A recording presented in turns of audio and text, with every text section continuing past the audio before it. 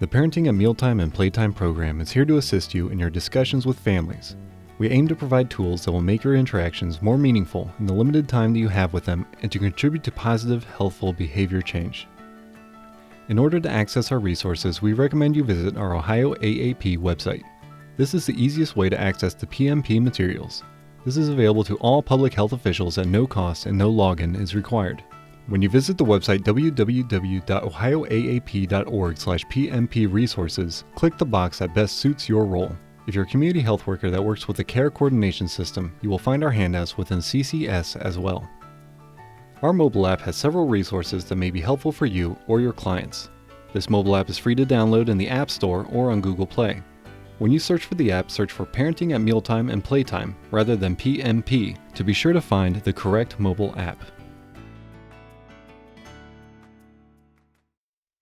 Hello, my name is Dr. Melissa King, and I am a board-certified general pediatrician who practiced primary care for over 10 years. After becoming board-certified in obesity medicine, I shifted my primary focus to pediatric weight management. I am very excited to speak with you today about a topic that has been exploding recently, thanks in part to COVID-19. I want to share with you ideas on how you could use telemedicine in your offices to help you with the management of pediatric patients with obesity. Pre-COVID, there was interest in telemedicine that lacked support and momentum. The reimbursement was inadequate. There were additional costs for equipment and interface. Broadband access was limited and not as widespread for both medical providers and patients and families. The demand for telehealth and the incentives were just not there in most instances. However, with COVID-19, suddenly the demand for telemedicine from patients and families increased significantly. As the nation went on lockdown, suddenly the debate was not in-person versus virtual visit. It became virtual visit versus no visit. In order to protect both patients and providers from the emerging infectious risk of COVID-19 and still provide quality care, innovation prevailed. With COVID-19, there became lots of demands for virtual technologies. Between virtual grocery pickup, virtual food delivery, virtual education, virtual meetings, why not virtual healthcare as well? So what is telehealth? Telehealth is the broad umbrella that covers healthcare services provided remotely. According to healthit.gov, telehealth is the utilization of electronic information and telecommunications technologies to support and promote long-distance clinical healthcare, patient and professional health education, public health, and health administration. Teleeducation, under telehealth, is the service of providing education to healthcare providers and/or patients remotely. Today's talk is an example of teleeducation. Education that we provide to patients outside of a visit via an electronic communication would represent teleeducation. Hosting group educational sessions via Zoom or another virtual platform would be another example. Communication via the patient portal, as in information sharing, is also a form of telehealth. Telemedicine focuses on the clinical services being provided remotely via interactive patient care, remote patient monitoring, or store and forward technologies. There are 4 key categories of telemedicine that I will mention. Live video conferencing. This is live, real-time, synchronous interaction with patients using audio and video. What we now think of most commonly as a virtual healthcare visit. Store and forward, or asynchronous care, is where an image is collected and it is sent to another provider for review and assessment, and communication is sent back to the originating provider. Remote patient monitoring is where a patient would have equipment at home to track progress, and the patient or the device would report the information digitally to the provider for assessment. Think cardiac monitoring, diabetes monitoring, or weights on scales. This allows for tracking of patient condition to make clinical changes between visits. Mobile health, or mHealth, is very broad, and this is where there has the exchange of information or health education for patients specifically or to a population. It can be secure or not secure. Text messages or general health notifications are examples of mHealth. There are different types of telemedicine visits that can be done. There are a variety of key factors to take into account when deciding what type of electronic visit to complete. Pre-COVID, there were stipulations surrounding where the patient could be located for the telehealth visit. The restrictions were that the patient needed to be at a clinic or a site other than their home for the visit. With the stay-at-home orders and the desire to keep patients and providers safe with social distancing, these restrictions were lifted. Currently, for the foreseeable future, for the current Ohio Medicaid telehealth rules, there are no restrictions for provider location at the time of service. There are also no restrictions for patient location at the time of service. Pre-COVID, telehealth services were limited to established patients. Now, the patient can be new if that makes sense clinically. However, there should be a face-to-face encounter by the billing provider, the provider group, or the referring primary care provider at least once within a 12-month cycle. Another factor is timing of the visit. Is the visit completed in real time as a synchronous visit, such as a telephone or virtual visit with audio and video? E-visits do not involve audio or video, nor are they communicated in real time.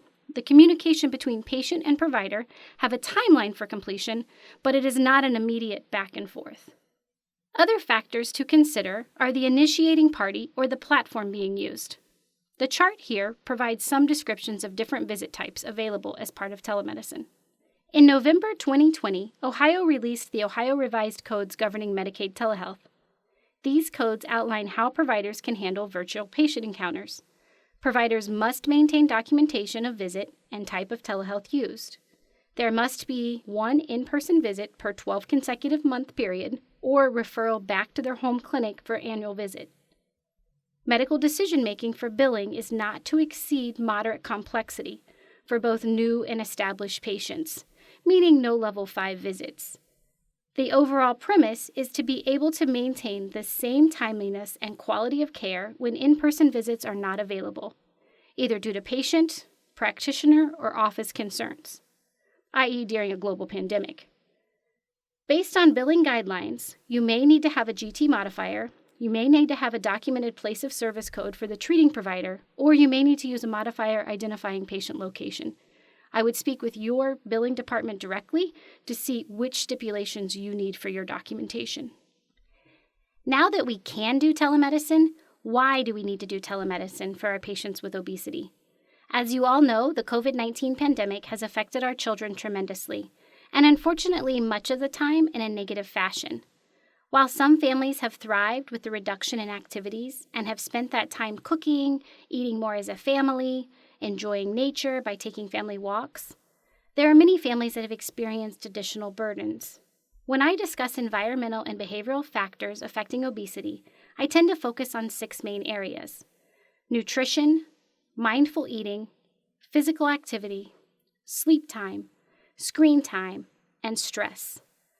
When we look at the overall effect of the COVID-19 pandemic and trying to protect our children from the virus, we see, unfortunately, a lot of negative impacts on their overall health and well-being.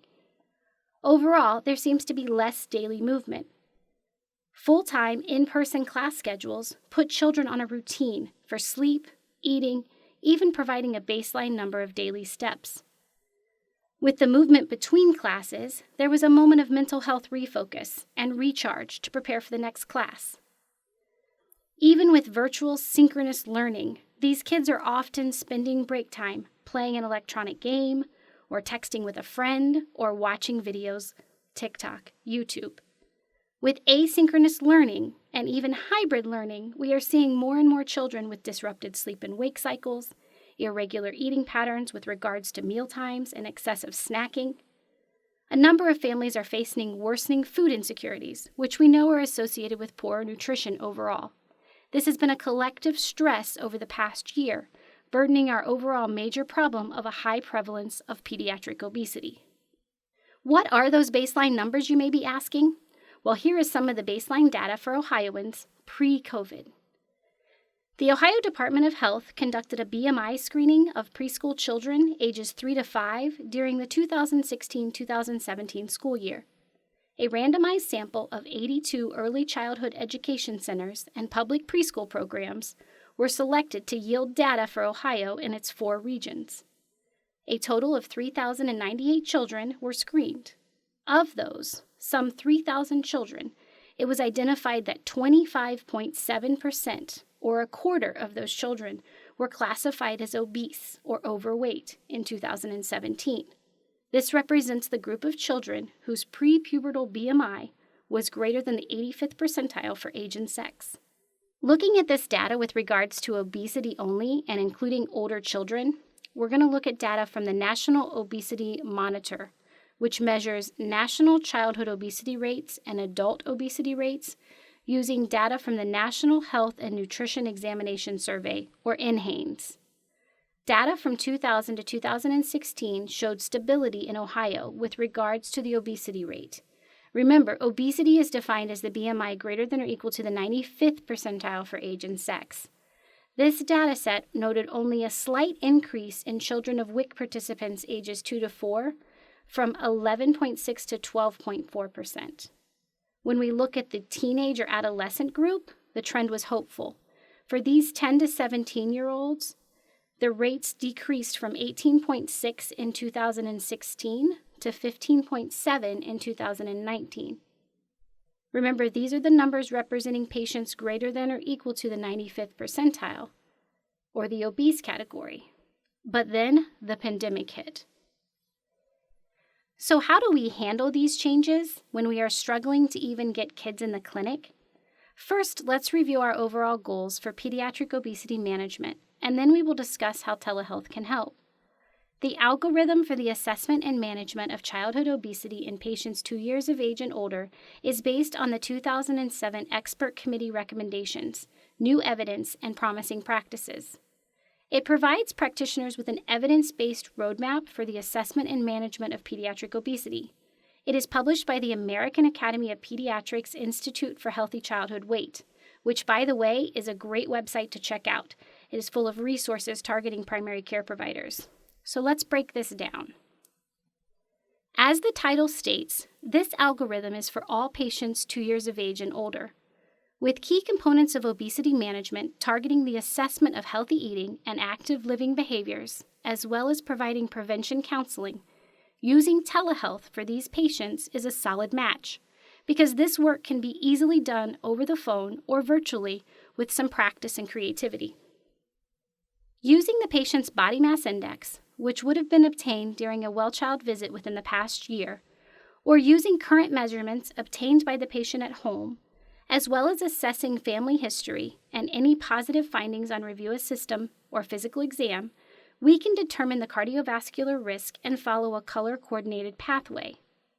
If risk factors are absent, we will continue along the green path and conduct routine care. If risk factors are present for children in the green or the yellow group, or the child is in the red group, we would continue into lab screening and to stage 1 intervention. Here is the recommended management overview. A patient can start at the most appropriate but least intensive stage of intervention and move up or down as necessary, determined by their risk and their success. We will break this down further.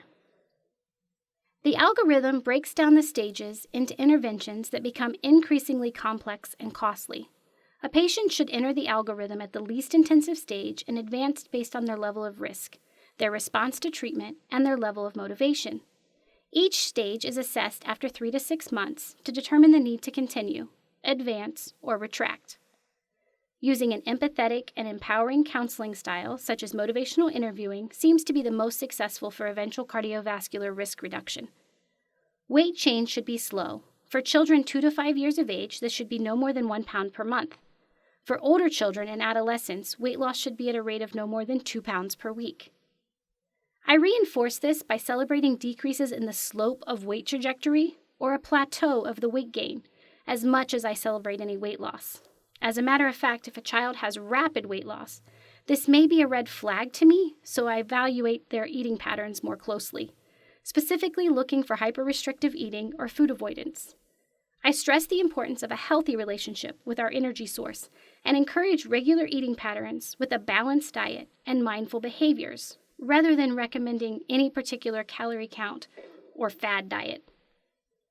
Back to your office. Stage 1 change is designed around brief, focused, follow-up themed visits.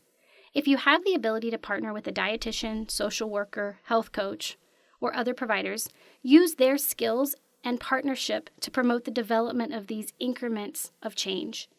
Positive behavior change between visits is the initial goal. It is recommended that these follow-ups are monthly. Using telehealth is a way to help meet these contact hour goals as an alternative to in-person visits. After 3 to 6 months, determine if the patient needs to advance to stage 2 or continue where they are, tapering off as goals are met. I think of my treatment plan for obesity following a similar rhythm to my management of asthma or ADHD. If a child is stable and meeting outlined goals or treatment parameters, then I follow up with them every 3 to 6 months. However, if we are in an unstable state, making changes and adjustments to the treatment plan, then I follow up with them more frequently, even as frequent as every week or two for a few visits to establish that stability. So what to do at the follow-up visit after we recognize a concern with health behaviors or trends with the BMI or the growth? The American Academy of Pediatrics has addressed this through a book called Next Steps. This guidebook is a tool to provide evidence-based weight management strategies in a concise and focused manner over a series of visits. Included are tips in helping a patient who is not responding to a plan. Follow-up should occur at a frequent enough interval to elicit change in behaviors. According to the recommendation statement by the U.S. Preventive Services Task Force, printed in JAMA 2017, comprehensive, intensive behavioral interventions equal to or greater than 26 contact hours in children and adolescents 6 years of age and older who have obesity can result in improvements in weight status for up to 12 months. That is a lot of contact hours. The recommendation also states that harms of behavioral intervention are small to none, and harms of screening are minimal. As mentioned previously, we're screening for risk with family history, comorbidities with a targeted review of systems, screening health behaviors, assessing readiness to change, targeting recommendations, and using motivational interviewing and goal setting. The use of telemedicine can help us meet these contact hour goals. During the follow-up visit, this is a targeted theme. For example, when screening health behaviors, there may be 5 areas of concern identified by the provider, and the patient may be interested in changing 4 of them. But you really can break this down to just a few key goals, focusing on 1 to 3 specific action-oriented goals. In assessing a patient's readiness for change, ask permission. Is it okay if we talk about your weight? Or, may I share with you my assessment of your health habits? This seemed hokey to me at first, but I find that it is a way to start the conversation with the patient and the family that places us more on the same page and allows me to assess for some motivation. Elicit concerns of the patient and family. Reflect what they tell you. Probe further about the whys or the motivations of why the family does what they do. Why do they eat fast food so frequently? Why are vegetables not offered at every meal? Then give feedback on the health behaviors. Positive feedback for health-promoting behaviors and neutral feedback on behaviors that are not optimal. Ask the patient and family what they would like to work on, what goals they feel they could achieve. Ask them what actionable steps they need to take to achieve their goal. A tool to help with this self-assessment is a readiness ruler for change. Take the concept of drinking less soda. We review that the patient is drinking 2 cans of soda per day, more on the weekend. They mark on the Healthy Habits Questionnaire a desire to drink less soda. I ask them what they think is a reasonable amount of soda for them to drink a day, and they say 1 per day. I then ask on a scale of 0 to 10, with 0 being, this is really your idea, Dr. King, and not mine, but whatever, versus 10 being, I've got this, nailed it. On that scale, 0 to 10, how confident are you that you can limit yourself to 1 soda per day? They may say 5 or 8 or whatever number. This may clue me into their readiness, but it also gives me the opportunity to explore the motivation. Why not a 3? Or identify any barriers they perceive. Why not a 10? The conversation then moves towards a very concrete goal. You can use this ruler as an opportunity to assess how important a change is to the patient or family, or how confident they are that they can make that change. As you can imagine, this is a conversation that can easily be had virtually, over the phone, or over a video conferencing call. During follow-up visits, I strive to meet the patient where they are, wherever that may be. If they drink 4 cans of soda a day and are not ready to give up soda, then I do not try to only give information about soda and focus on that change as a goal. I do ask permission to share with them why their soda consumption concerns me, which sometimes, honestly, they do not grant. Either way, I provide information if permitted, and ultimately I move on, documenting in the note, of course. If a patient scores 0 to 3 on the readiness ruler, they are likely somewhere in the pre-contemplative to contemplative stage of change. A value of 4 to 6 might correlate with preparation phase to action phase, and a value of 7 to 10 looks like action through maintenance to their new normal. In the Healthy Me Clinic, we talk about challenging our current behaviors that are not the healthiest in small steps to create an ultimate new us full of health behaviors that benefit us for a lifetime. Focus on behavior changes between visits, because weight change occurs over a longer period of time. Celebrate small successes.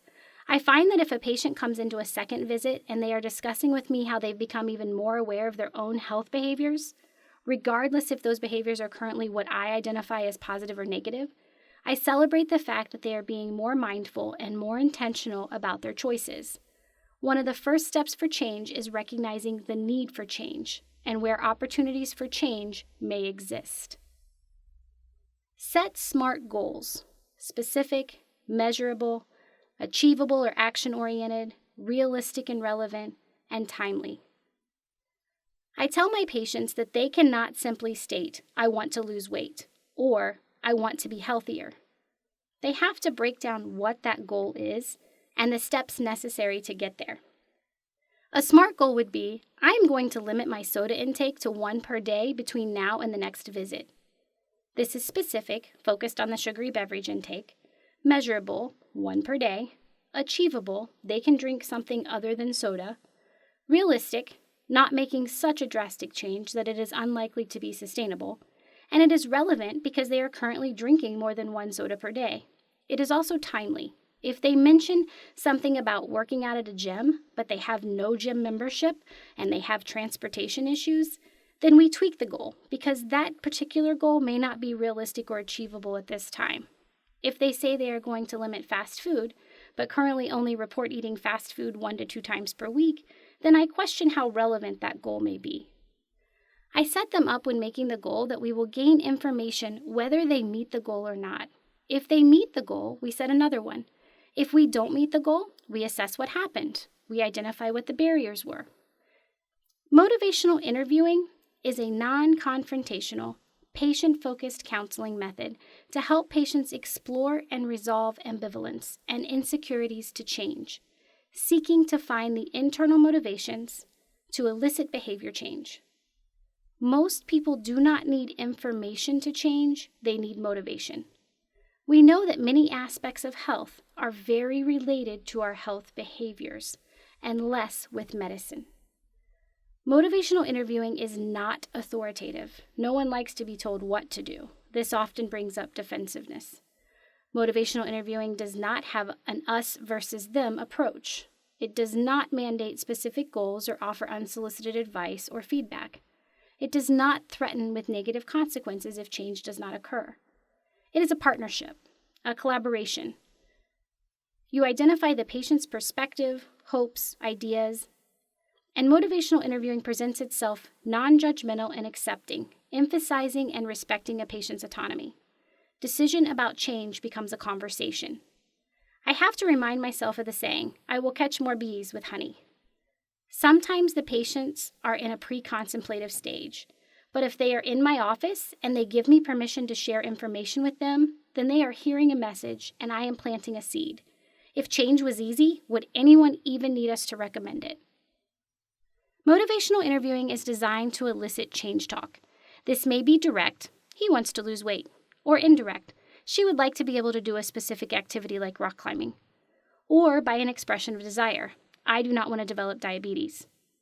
You start this conversation through open-ended questions. Sometimes I start with, what does being healthy actually look like to you? What do you think you could do to make healthier choices? If we are addressing something like portion sizes, for example, I may ask, may we talk about portion sizes? Or even start with, do you know what an appropriate portion size of spaghetti or pasta is? Do you want to? Then I go on to explain how we can use our hand to describe portion sizes, providing information. I elicit a response. What do you think of that? Does that look like a realistic amount to you? Depending on the response, I can use my reflective listening skills. Do you think that is crazy? Or what I'm hearing you say is that you do not feel it is realistic to eat only one portion of spaghetti. I can make this a barrier and action reflection by stating something like, you feel that by only eating one portion of spaghetti, it will not be enough and you will still be hungry.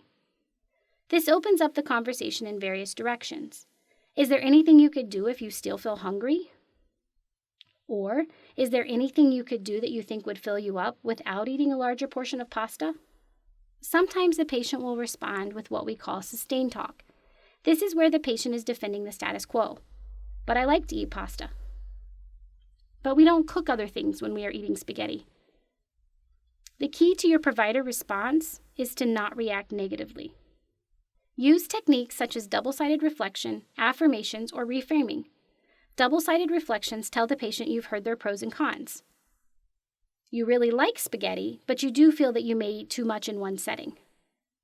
Start with sustained talk and end with change talk. Or affirm. Changing meals that you're used to can take work and may seem challenging. This reminds the patient that change is in their control. Sometimes you need to pause and reframe what the patient has stated from a different perspective. Sounds like you really like spaghetti and are unsure of how to reduce your portion of it while keeping life simple and not leaving the table hungry. Our overarching goals are to turn a conversation around to promote a growth mindset where change is possible. You want the patient to see that they have the strength, skills, and knowledge to change. Again, sometimes you're planting seeds of change without any concrete plans, but this fosters growth over time. I may have oversimplified the concept, and I know we could spend an entire lecture on motivational interviewing, but let me move forward. One last thing regarding motivational interviewing. For more information and practice using motivational interviewing, you can check out the application or mobile site Change Talk. The American Academy of Pediatrics and Cognito have created a program entitled Change Talk. It is a web-based set of modules or a mobile app that is designed to help health professionals utilize motivational interviewing techniques via office visit simulation and virtual interactions. I recommend this to all of the learners who rotate with me, as well as the staff who work with me. I also try to redo this course every couple of years to keep the techniques fresh in my mind. As I hope you can see, as we work on the management of obesity, utilizing motivational interviewing, assessing readiness to change, and setting goals can easily be done virtually. Even when a patient moves into stage 2 intervention, this intervention level continues to target primary care offices. This stage introduces more support and structure to achieve a healthy behavior change. Goals of this stage continue to be positive behavior change and weight maintenance. Follow-up is recommended at more intense intervals. What I have found clinically is that most often patients that I am seeing are significantly lacking in basic nutrition knowledge and how to apply this to their daily lives. My recommendations start with change being at a family level. The general recommendations surrounding 5-2-1-0, portion control, mindful eating are really universal. I encourage family meals without screens 1 or 2 times per week. Spend time just being together. I stress the importance to parents of modeling good behavior. Make cooking a family time. The more kids interact with food through touch, smell, sight, sound, the more likely they are to taste it. It becomes something familiar. There are easy-to-find handouts on age-appropriate kitchen skills. I challenge families that if there can be kids ages 7, 8, and 9 on such shows as Junior Master Chef, wielding a knife, cooking over an open flame, sometimes with foods that I don't even recognize, then I am clearly underestimating the potential abilities of my children. Cooking classes can help with this engagement. Kids are more interested in helping at ages 4, 5, and 6 than at 10, 11, 15. Getting them involved early sets the stage for their natural involvement later. There are virtual cooking class opportunities available to families, similar to purchasing box meals like HelloFresh or Blue Apron. Programs such as Radish Kids, Little Sue, and Sticky Fingers Cooking Club provides families with a cooking adventure they can complete at home. I find that sometimes patients and families struggle to tell me what the 5 food groups are, or they struggle to categorize the foods they are eating into a particular food group. There is a significant lack of fruit and vegetable intake overall. I feel this is also one piece of the puzzle related to all the constipation that we see in primary care: lack of fiber from fruits and vegetables, lack of water, lack of exercise. Who knows anymore what a proper portion size is? How do we even create balanced meals? One of the ways I will communicate the recommended 5 servings per day of fruits and vegetables to families is to challenge them to make 50% of their plate at every meal fruits and vegetables. Sometimes even this is too far, and we have to start with the question: what fruits and vegetables are regularly being offered in your home? If parents have restricted palates and are not preparing fruits and vegetables for meals because they do not like them, or perhaps they only prepare a select few which the child doesn't like, then the child is likely not consuming enough fruits and vegetables. Perhaps you have a staff member who would like to provide families with this information. Maybe your office could send healthy active living tips electronically to your patient panel. This would be a way to utilize mHealth. ChooseMyPlate.gov is another tool to explore recommended daily servings for different age groups or activity levels. On this interactive website, there are also meal planning tools, information on eating within a budget, how to use seasonal produce, etc. There is even a section for healthcare professionals under the professional toolkit. During a virtual visit, I will sometimes hit my share screen option after I pull up a website such as this. I will show the patient the website and we will explore it together. Sometimes I'll even ask them about a particular food they would like to explore, and I type that into the recipe section so we can look up some recipes together. Another useful resource for me has been the USDA.gov website and the CDC websites. These websites have recipes, seasonal produce lists, meal planning, shopping guides. Under the USDA website, you can also find information about SNAP-Ed. You and your patients can sign up for email snips or tips of the day. These will be delivered directly to your in-basket. This is another example of mobile health, a version of telehealth at work. Under the USDA SNAP-Ed program, there is a program entitled Expanded Food and Nutrition Education Program. FNEP is funded by the United States Department of Agriculture, and it operates through extension programs at land-grant institutions in every state and in the 6 U.S. territories. In Ohio, FNEP is administered by Ohio State University Extension. FNEP serves limited resource adults who care for children in their homes, as well as limited income youth. The program utilizes interactive discussions and activities to guide participants through a series of community-based workshops aimed at improving diet quality, food safety, and physical activity. Adult participants also gain skills in food preparation and managing their food budgets. This program is free and offered in 16 Ohio counties. Using a research-based interactive approach, peer educators from the communities they support reach over 25,000 limited resource families and youth each year. More than 80% of FNEP families report living at or below 100% of the poverty, and nearly 70% indicate being of minority status. This is important because poor health disproportionately affects minority and limited resource audiences. The program by FNEP has adapted to COVID as well, offering their program virtually to families through Zoom. The classes for families provide nutrition education, videos with cooking demonstrations, and promotion of physical activity. This teleeducation is another use of telemedicine for you and your families.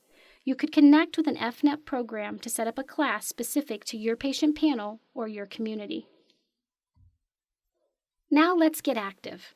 Some tips to keep in mind is that the most sustainable changes seem to happen with support. Encourage family-level changes. Who can partner with your patient to make healthy, active living changes? During this time of COVID, we are needing to be even more creative with physical activity options. I still ask families what they feel they can do to increase family physical activity. A simple after-dinner walk will help everyone in the family. This can also be a time away from screens, reflecting on the day. 5 to 10 minutes will make a difference.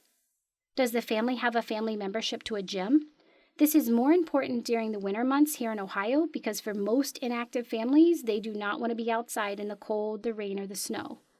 Do they have access to home exercise equipment? What fits with their lifestyle? The YMCA program is now offering with their membership a program called YMCA 360. This program was developed out of COVID, and over the past year, the YMCA has created and published videos on a variety of physical activities from yoga and core conditioning to dance fitness, bar, Pilates. There are even videos on meditation and cooking demonstrations, as well as sports-specific training that have been compiled into a virtual library accessible to members 24/7. I encourage families that small changes done consistently will add up. This is parallel to our recommendation of early reading. We don't ask parents to read a novel every night. We ask them simply to read every day with their child. Families don't have to go to a gym every day, but if they could be more active in a simple way, such as taking a walk or doing some jumping jacks, over time this will add up. Our office has created a variety of physical activity handouts for patients and families. These handouts range from one-song exercise routines for those who love to listen to music to fortnight challenges. When completing a virtual visit, I will drop these handouts in the mail to the patient so that I'm providing consistent care for these patients. Thank you, Pinterest, for all of the ideas. As I mentioned, with winter upon us, I find that most people do not want to get outside to be more active. Do they have space in their home to exercise? We often have a list of videos that we recommend. This, too, is either a handout that I can mail to home to the patient if I complete a virtual visit, or I can attach it via a dot phrase to their after-visit summary, which the patient can access through their electronic health record. One of my favorite sites to recommend is often familiar to the kids because a lot of schools have introduced it. Go Noodle is a free collection of videos created by child development experts encouraging movement and mindfulness. On this app, there are videos to teach breathing techniques and calming experiences, as well as upbeat dance moves and silly dances, such as cat high five, to get your heart rate up. Families can register for this Go Noodle that they can use across many platforms or devices. Sometimes, especially with those gamers, I will challenge the kids with apps such as Pokemon Go, Harry Potter Wizards Unite, or Zombies Run. I may recommend families try out geocaching. This increases family steps and can be done safely with social distancing. There are other apps that primarily target fitness, such as Nike or Under Armour, that are sometimes more appealing to these teens. I will show the families examples of these apps or websites on my own device or through sharing my screen to evoke familiarity. Another way to engage your families is to promote or host Walk with a Doc. This program was started locally in Columbus, Ohio by a cardiologist in 2005. Dr. David Sabgir was frustrated by his inability to effect behavior change in the clinical setting, so he invited his patients to go for a walk with him in a local park on a spring Saturday morning. To his surprise, over 100 people showed up, energized, ready to move. The movement has grown all around the globe. The premise is simple. A healthcare provider shows up, outside of the clinic, going the extra steps to partner with patients to promote their health. Walking is known as one of the single most important things we can do for our health. COVID interrupted this programming as well. But thankfully, innovation has prevailed, and there has been opportunities to complete virtual walks. The initial walk was the Walk with a Doc to Kilimanjaro, where participants completed 44.2 miles of walking or equivalent activity and received educational sessions from base docs along the 2-week period. The event in the fall of 2020 was such a success that the Walk with a Doc Grand Canyon Adventure was launched in early 2021. The goal for the Grand Canyon Adventure was to complete 69.2 miles over 2 weeks as an individual or as a team, by logging into a virtual platform to log your activity, as well as work on the challenge to increase healthy fat consumption, as the event was sponsored by Fresh Avocados Love One Today. Your office can check out Walk with a Doc program and see how you can challenge your families to team up for this virtual opportunity. So, we have talked about telehealth and the management of obesity in the pediatric patient, but how do we bridge the two? What does a virtual visit really look like? The virtual visit starts with the scheduling of the patient. Initially with the shutdown, this was simplified because we were not conducting in-person visits and therefore adjusted our provider templates accordingly. We obviously allotted additional time for these visits initially for our learning curve and the patient's learning curve, as well as troubleshooting. We started with 60-minute slots for established patient visits, and we were not completing new patient visits at that time. As patients and providers have become more comfortable, we've been able to shorten this templated slot allotment. As we reintroduced in-person visits, we began to organize the template to allow for virtual visits in a timely manner. We have found that using the first 1 to 2 visits of the clinic enable us to stay on time. We did have a few instances where a virtual visit was scheduled in the middle of the clinic, and we found this to be quite disruptive. Obviously, if you're a provider who runs a very timely clinic, you will have more flexibility where these visits could be implemented.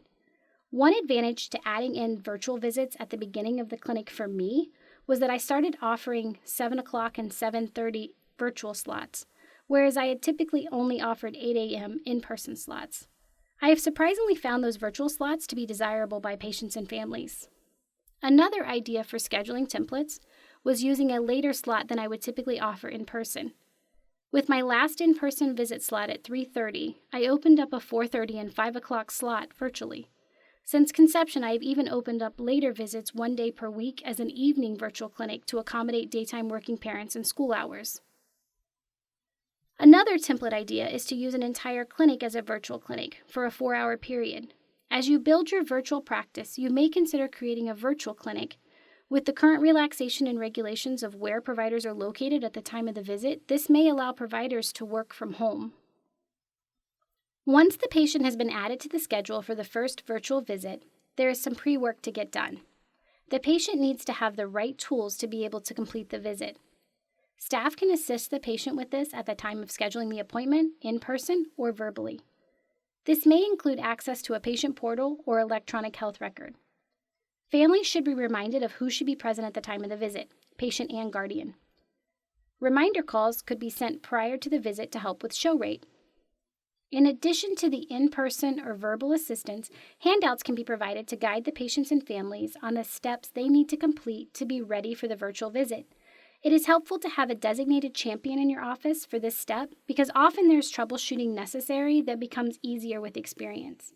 Keeping a troubleshooting log readily available to all staff will also assist in making this process more seamless. For video calls, patients should have reliable access to broadband internet. Another benefit from our collective COVID-19 experience is the collaboration between school systems and internet providers, increasing this accessibility for families. I am not sure the direction this will take during future academic years, but for now there seems to have been a significant increase in affordability and accessibility for many families.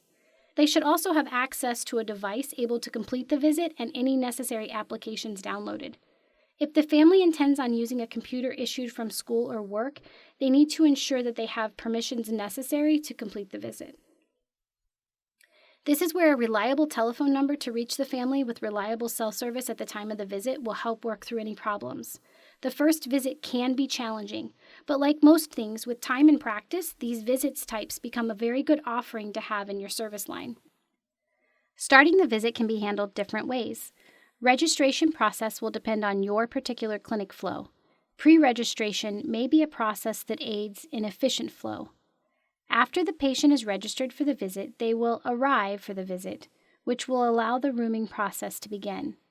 Our clinic process currently only uses the provider during the virtual visit times. Our process was created from staffing limitations during furloughs caused by the pandemic. It continues to work for us now, but it is not the only process. If there is available staffing, a staff member could ensure that the patient and the parent or guardian are available for the visit by initiating the phone call at the time of the visit for a phone visit, or verifying that they enter the virtual waiting room for video visits, and making necessary patient contact if the patient has not arrived. If the patient and the parent or guardian are not available at the time of the virtual visit, staff can assist with the process. For phone visits, we leave a message stating that we will call back in 5 minutes to try to reach the family again. If the family does not answer the call the second time, we leave a message stating they missed the appointment and the instructions on how to reschedule the appointment. For virtual visits, if I do not see the family in the waiting room 5 minutes after the start of the time of the visit, I place a phone call to assist them with any troubleshooting issues. During the rooming and consent process, troubleshooting for the visit has to occur. You are looking for difficulties with connectivity and signal, lack of video, and/or lack of audio. We have found it useful to have a phone nearby where we complete the video visits, so that if needed, we can call the patient to discuss the difficulties. I have also used the chat feature in the video visit platform to assist families with problems, mostly video quality or audio. If the virtual visit problems cannot be resolved, we will convert the visit to a phone visit if possible. This allows us to make the contact with the patient and not have to reschedule the visit. Currently, with the Ohio Medicaid rule dated 11/5/2020, we are still able to bill for phone visits and be reimbursed at the same rate as in-person and/or video visits. More on billing and reimbursement later in the presentation. So, if the patient and the guardian are available and ready to go, the staff member or the provider can consent for the visit. At our institution, we ask families some key questions. 1, who is present for the visit? 2, where is the family located for the visit? We take this opportunity to remind families that this is a medical visit and personal health information will be discussed. We recommend the family to be in a location where they can be free of distraction and able to freely discuss their health information. Yes, we have unfortunately had the calls where the patient is not located at home with the parent, or the parent is not at home with the patient. We have also had families call from public locations, such as from the lab while awaiting a blood draw, while located at the store, or while driving in a car. Unfortunately, if their location cannot be quickly rectified, the visit needs to be rescheduled. This is where the pre-visit reminder and guidelines can help ensure for a completed visit. We also ask the families for consent. We consent the parent or guardian for the telephone or video visit. We document the name of the individual consenting and their relationship to the patient. We verify the patient either through date of birth and/or visual recognition. We inform the patient where the provider is located and discuss the privacy from that standpoint. Once we have consented the parent and guardian, we proceed with the virtual rooming of the patient. I am from a hospital-based clinic, so I recognize that your requirements for elements of rooming may differ. As part of rooming, we document reason for visit, review the allergies, reconcile medications, and confirm pharmacy. As I have mentioned previously, the consent and/or rooming process can be handled by the provider or can be handled by other staff members as their scope of practice allows. Let's start with discussing nuances specific to virtual visits completed via telephone. By telephone visits, I mean the virtual visits conducted in only audio. A different type of phone visit would be when a patient calls into the office with a specific question or complaint and the provider responds to that particular question the patient has asked. These calls typically involve a triage system or a triage nurse, and these are not the ones that I'm discussing here. Those would be along the lines of a virtual check-in. I have been either scheduling a telephone visit in the same fashion as I would a video visit slot or using the telephone visit format as a backup if we experience technical difficulties with a video visit. Another option for telephone visit is to use in the cases where the patient has a scheduled visit, but they become quarantined for exposure to COVID-19 or other illness. I preface or have the person scheduling the call preface that while I strive to start and end visits on time, there is a chance that I will run behind in clinic. I request that my staff communicate with any virtual visits if this happens, just as I would have them communicate with a patient waiting longer than expected in the exam room. As I have mentioned, virtual visits can be started by a staff member and the patient placed on hold, or the provider can initiate the call. This flow will best be determined by your particular clinic flow. After the patient has been registered, consented for the visit, and roomed, you can start the provider portion of the visit. A few key points. Ensure that the patient and the parent or guardian are both on the call and they can both hear you and you can hear them. I often request that they place the call on speakerphone. I reaffirm that the patient and the parent or guardian are in a location where they are comfortable speaking about their private health information and they are comfortable with whomever is around them hearing that information. Sometimes this has caused the call to be moved into another room, or younger siblings will be asked to go into another room. Regardless of who the patient or family allow to be present, I document all persons who are present and where the patient is located. To start the patient engagement piece of my visit, I ask the patient simply what they've been working on since our last visit. I ask them open-ended questions, listen and interject pieces following up on any previous concerns mentioned, or reviewing the goals that were set at the prior visit. We spend time discussing the goals. Some patients will have new health habits questionnaires completed and scanned into the chart that we can review, or I may use the Healthy Habits questionnaire format to ask the patient specific targeted questions to ascertain their current health habits. I will complete a targeted review of systems, addressing any concerns that arise. We will make a follow-up plan, including revising or resetting any goals, discuss any labs that need to be ordered, determine if I need to mail any resources to the patient or family, and we will schedule a follow-up appointment. I recommend to my patients that I see them in clinic at least every 6 months for an in-person visit. This allows me to at least see them in person once every 12 months, meeting the state of Ohio's law requirements. When completing phone or even virtual visits, I am typically not comparing prior weight to this weight or prior BMI to this BMI, which I can imagine seems odd for a weight management or obesity-centered visit. Instead, I am focusing on behavior change. If the conversation seems stuck, I may explore specifically what their sleeping patterns are at this moment. We may discuss food availability and preparation techniques. I may hear something that triggers me to explore more their overall daily schedule and routine, focusing on mealtime snack times versus grazing behaviors. We discuss what types of physical activity they are engaging and if the intensity is causing them to break a sweat. I may reflect back on the previously answered health habits questionnaire, looking at what areas they were interested in changing at the last visit. I am sure you've heard me mention a couple of times a health habits questionnaire. This is simply a questionnaire outlining a patient's current health behavior in relation to obesity and thus cardiovascular risk. On the screen are versions from the Let's Go Maine program, and I have seen various offices use this toolkit or create their own version. I have used this screen as a part of the intake during annual well child exams to meet part of my HEADS exam and provide me with information about a patient's general health behaviors. The questionnaires ask families questions such as quantifying daily fruit and vegetable intake, frequency of family dinners, frequency of eating breakfast and fast food or takeout, daily screen time outside of schoolwork, use of electronics at bedtime, amount of nightly sleep, and amount of daily intake of a variety of beverages. This tool also asks families what they are interested in changing, promoting self-management for the patient and providing a focused visit theme and an opportunity for education for the provider. Although the form asks for one item of interested change, I have found through the years of using the form that the families often mark more than one item. These items are the background for developing those SMART goals to work on behavior change. Well, what happens with the video visit? Video visits operate very similar to what I outlined for phone visits. Our patients are scheduled in a video visit time slot on the template because we have found that works best for our clinic. As I mentioned, the patients are pre-registered. We ask our patients to quote-unquote arrive to their virtual visit 15 minutes prior to their appointment time. Our institution uses Zoom interfaced through the patient's MyKit chart for the video visit. At the time of the visit, the provider would log into the call and wait for the patient to arrive. Depending on the virtual platform you are using, the patient may first enter a virtual waiting room. Once the patient is approved to enter from the waiting room, the parent or guardian is consented verbally. If there is available staffing, a staff member could ensure that the patient or parent and guardian arrive to the virtual exam room.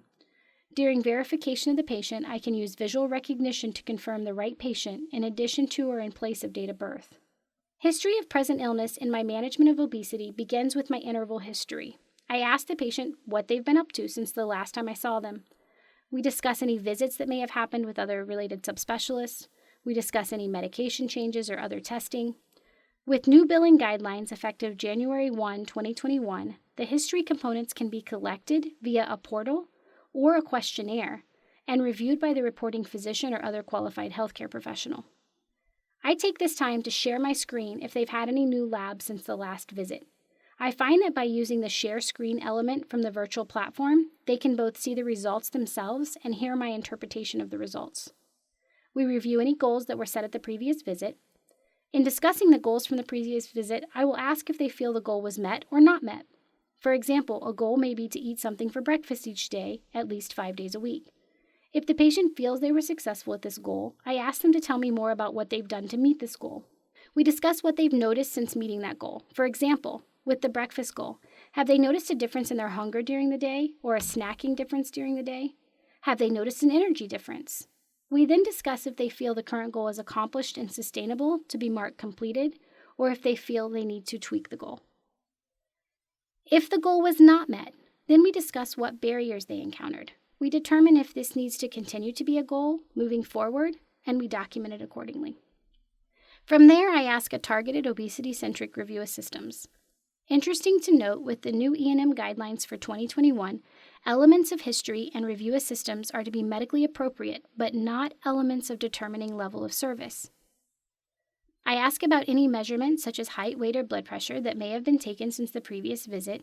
Again, for me clinically, I like to track growth parameters about every 6 months, but I try to focus the patient on health behavior changes visit to visit rather than weight. For my practice, I'm not concerned about assessing height and weight every visit, but I am interested in those health behavior changes, which we targeted through the motivational interviewing. This is another reason why I feel that virtual visits are such an opportunity for management of pediatric obesity. If the patient does have measurements to share, then I document them appropriately in the chart. I may then use the screen share option again to share the BMI and review the growth trajectory with the patient. Different from the phone call, I can complete some aspects of the physical exam with the video visit. I can visualize level of engagement. I can visualize the patient's hygiene and determine if I need to counsel about the importance of mental readiness by having the patient get up and dressed and ready for school, even when completing virtual education. I can assess work of breathing. I can assess skin. I remind myself of all of the visual components of each system that I could assess if indicated. I move through the visit into medical decision-making and plan. This is where screen sharing comes into play again. Sometimes I will use other virtual resources as part of the plan and goal setting. I may reference an article on a site such as kidshealth.org for self-esteem or worry management. I may also show sites such as chopchopfamily.org or myplate.org for recipes. We may review some exercise opportunities with various websites or even YouTube. We affirm progress and recognize setbacks, revise or reset goals, and we track behavior change. At the end of our virtual visit, we discuss our follow-up plan. We discuss our plan for any follow-up testing or referrals. For scheduling the follow-up visits, remember the algorithm recommendations for follow-up, which are actually quite aggressive. Give patients some autonomy over choosing their follow-up timeframe and visit type, which may increase compliance for follow-up and decrease that awful thing known as a no-show rate. I will sometimes suggest an acceptable parameter. Would you like to follow up more closely as a means of accountability in, say, 2 to 4 weeks? Or do you want a bit more time to implement and sustain some changes and follow up in 2 to 3 months? I find that if we are actively working on change, a follow-up longer than 3 months causes the families to forget about our goals, and the follow-up visit feels very similar to a new visit, like we're starting over again. Insurance coverage and cost to families in both time and money are other factors to be considered and weigh. No pun intended. I use the end of the visit to summarize our goals and decide if we have completed a goal, need to revise a goal, or continue working on it. I will also ask the patients about their confidence in meeting the goal we have set, again using that readiness ruler. On a scale of 0 to 10, with 10 being, I am leaving right now to work on the goal, Dr. King, or 0, this is really your goal, Dr. King, so whatever, how confident are you that you can meet the goal set? I sometimes will discuss with the patient why they've chosen the number that they have chosen and not a lower number. This helps me see their motivation to meet the goal, and if they can visualize themselves meeting the goal. I may also ask why they didn't choose a higher number, as this gives me insight to what barriers they perceive. At the completion of the visit, I like to make sure that the patient has available to them in writing our goals, any handouts to support those goals, and any pre-work necessary for the next visit. I can either send this information electronically to the patient or place it in the mail. At our clinic, we've created a monthly themed packet focused on healthy active living, and often I will mail this information for families. This packet gives ideas on seasonal recipes and nutrition facts, physical activity ideas like a themed scavenger hunt or games to play, and a mindful activity challenge. As you are likely aware, there are evaluation and management guideline updates that went into effect January 1, 2021, in reference to office and outpatient visits using CPT codes 99202 to 99215. Some key changes from these guidelines have been mentioned in previous slides. Here are some other key factors. We can bill for time whether or not counseling or care coordination are dominated within the encounter. Time accounts for total time on the day of the encounter. This includes face-to-face and non-face-to-face time personally spent by the billing provider on the day of the encounter. It does not include time spent in activities normally performed by clinical staff.